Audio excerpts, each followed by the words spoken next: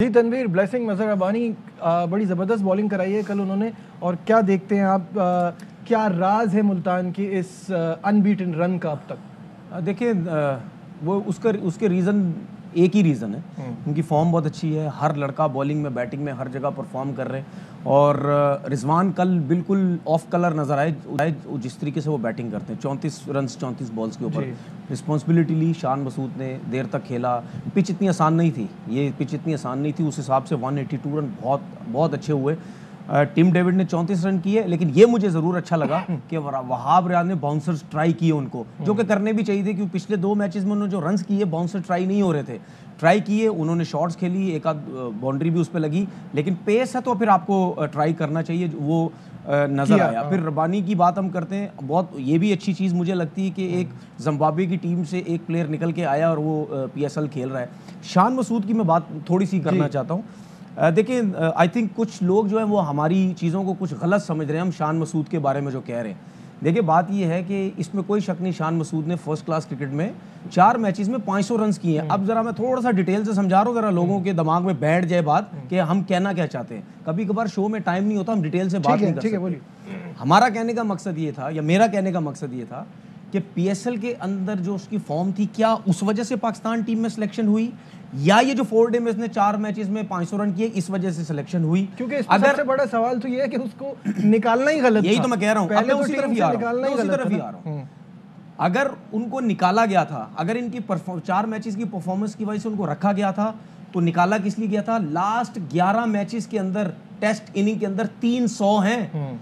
वही मुझे बता दें कौन सा ऐसा प्लेयर जो लास्ट 11 इनिंग के अंदर 300 करके बैठा और उसको पाकिस्तान टीम से ड्रॉप कर दिया जाए। इसी तरीके से कुछ चीजें असद शफीक के लिए भी थी, आखिरी 7-8 इनिंग के अंदर 2-3 50 थे, और वो मिडिल ऑर्डर का प्लेयर, आपने उसको भी बाहर कर दिया। ठीक है, हमारा सवाल ये था कि परफॉर्मेंस वो उस टाइम क्यों बाहर हुआ था, और क्या ये PSL की परफॉर्मेंस से हुआ है? हालांकि टॉप 5 में नाम नहीं है। इमाम उल हक की मैं बात थोड़ी सी करता हूँ। इमाम उल हक ने भी 5 मैचेस में 500 समथिंग रन डोमेस्टिक के किए हैं। वो कैसी टीम के अंदर है, परफॉर्म तो किया हुआ है, लेकिन आपका चीफ सिलेक्टर कहाँ गायब है? छुपा हुआ है। आपका चीफ सिलेक्टर कहता था रेड बॉल का प्लेयर नहीं है, तो कैसे आ गया जी? इसका मतलब ये है ये आपने सिलेक्ट नहीं किया, इसका मतलब ये है किसी के कहने पे ये सिलेक्ट हुआ है। अब हमें नहीं पता वो कौन सा दुनिया में रहता है वो बंदा जिसने आपको बोला होगा। अगर आपने अपनी मर्जी से सिलेक्ट किया है तो as a test cricketer, Wasim साहब मेरा आपसे सवाल है, आप तो कहते थे रेड बॉल का प्लेयर ही नहीं है, तो ये कैसे टीम के अंदर आया? दूसरी चीज, अगर सोहेल खान ने 30 आउट किए हैं, वो क्यों नहीं है पाकिस्तान टीम के अंदर? क्या मतलब उसकी PSL में परफॉर्मेंस नहीं थी, इस वजह से आपने उसको सिलेक्ट नहीं किया? देखिए नजीब, बात यह है, एक चीज मैं लोगों को और बता दूं, ये स्टैट बताना हमने ठेका नहीं उठाया हुआ। हमें जो समझ आएगी जो होगी हम बता देंगे, ठीक है? ये हर टाइम का हमारा काम नहीं है। स्पेशली मैं इस वजह से ये चीजें बताता हूँ, मैं इस वजह से ये चीजें फैक्ट्स पे एक्सपोज होते हैं ना। थोड़ी सी फैक्ट्स पे बात करनी है, वही बात जो अभी कल हम कर रहे थे कि एक तो नंबर 1 ये कि आप शान को ड्रॉप कैसे करते हैं। जो उनकी परफॉर्मेंस थी उस वक्त वो बहुत अच्छी थी। ड्रॉप करने का रीजन क्या था? टेक्निकल प्रॉब्लम है, कुछ इनकी टेक्निक में गलतियां हैं, यही रीजन था। अब मुझे ये बताइए कि जिसकी वजह से शान मसूद ने बहुत सफर किया जी, उनको एक ट्रैवल करना पड़ गया अब्रॉड जी, और उस पर बड़ी कंट्रोवर्सी बनी। साउथ अफ्रीका गए, गैरी कर्स्टन के पास गए।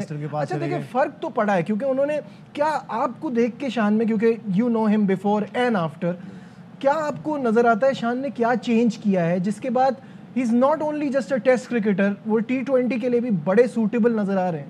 देखिए, अगर हम शान की बात करें तो शान मसूद उन प्लेयर में से जो कि डोमेस्टिक में, अगर हम वनडे की बात करें, T20 की बात करें, तो ये फर्स्ट टाइम परफॉर्म नहीं कर रहे, हमेशा करते हैं।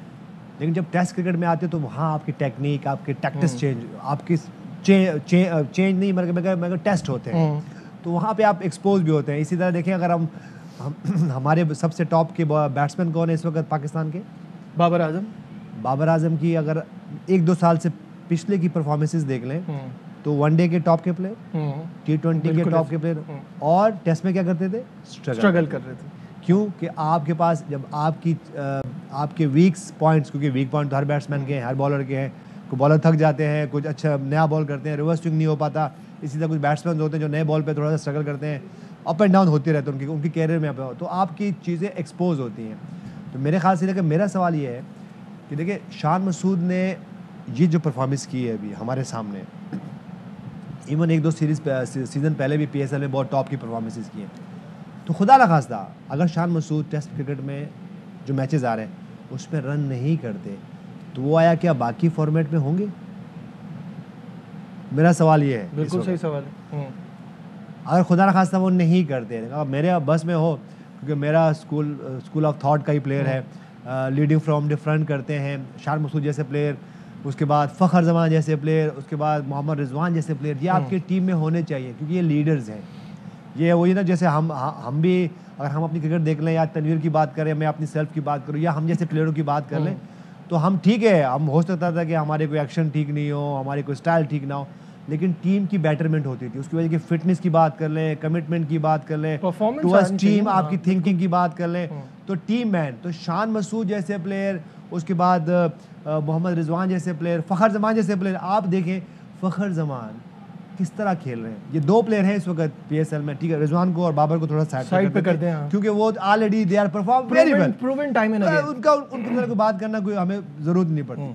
लेकिन अगर हम बाबर आजम उसकी फ़खर जमान की बात करें और शान मसूद की बात, कैसा मर्ज हुए दोनों, हमने यही बैठ के तारीफें की हैं। तो ये वो प्लेयर्स हैं जो कि टीम के लिए खेलते हैं और खास तौर पे फ़खर जमान की बात करता हूँ। बिल्कुल, देखिए फ़खर जमान अगर आपकी टीम में, तनवीर आप बताएं कौन से नंबर पे खेलेंगे वो? मैं तो ओपन ही कराऊंगा, नंबर 1 खेलेंगे। कहाँ खेलते हैं आपकी T20 में? तीसरे नंबर पे, व्हाई इज दैट? कि he is a team man, उसको फर्क नहीं पड़ता कि अगर कोई और प्लेयर हो जो हम जिन उन प्लेयरों की बात नहीं करते, तो वो क्या नंबर्स के लिए कितना इश्यूज होता है, इशू पास में भी होता रहा है, अभी भी होता है, लेकिन ऐसे प्लेयर आपके टीम में होने चाहिए। मेरे ख्याल से देखिए शान मसूद की मैं बात करूं, जब आपके बेल्ट पर रन्स होते हैं ना, तो वो कॉन्फिडेंस ही कुछ और होता है। कॉन्फिडेंस। अच्छा, इसमें एक चीज, लेकिन मैं इस बात से, मैं जो आप अभी बात कर रहे थे ना कि स्टैट्स के बगैर हम बात कैसे कर सकते हैं? देखिए स्टैट पे नहीं जाए, ये ठीक कह रहे हैं। देखिए मैं तो हर चीज पे रेडी रहता हूं। देखिए मेरी बात सुने, अभी हम शान की बात कर रहे हैं, तारीफ कर रहे हैं ना, शान कहां खड़ा है? दूसरे नंबर पे इस वक्त टॉप स्कोरर है PSL का भी। लेकिन नहीं करें बात स्टैट्स, फ़खर की बात करें, फ़खर नंबर 1 है इस वक्त। नहीं, स्टैट की बात ना करें, PSL के स्टैट्स की बात ना करें, फिर बहुत लोग एक्सपोज हो जाएंगे। हाँ, आप मुझे बताएं कि लास्ट वनडे में हाई परफॉर्मर कौन है जी? नेशनल T20 जो हुआ था, सबसे ज़्यादा, पर आप स्टैट्स की बात कर लें, देख लें अभी किसने सबसे ज़्यादा रन किए हुए? साहबजादा फरहान है जी, ठीक है। 4 डे में सबसे ज़्यादा रन किसने किए हुए? टॉप 5 में हुरैरा नंबर 1 के बाद अभी है, साहबजादा फरहान है। साहबजादा कोई यंग प्लेयर है? पहले भी था, पहले भी खेल चुका है। डोमेस्टिक कब से खेल रहा है? क्यों नहीं है टीम में फिर? हाँ, ये बात है। और अगर हम बाकियों की बात करें तो भाई जो बाकी तो कोई 7वें नंबर पे है, कोई 8वें नंबर पे है, कोई 10वें नंबर पे, कोई स्टैट की बात ना करें।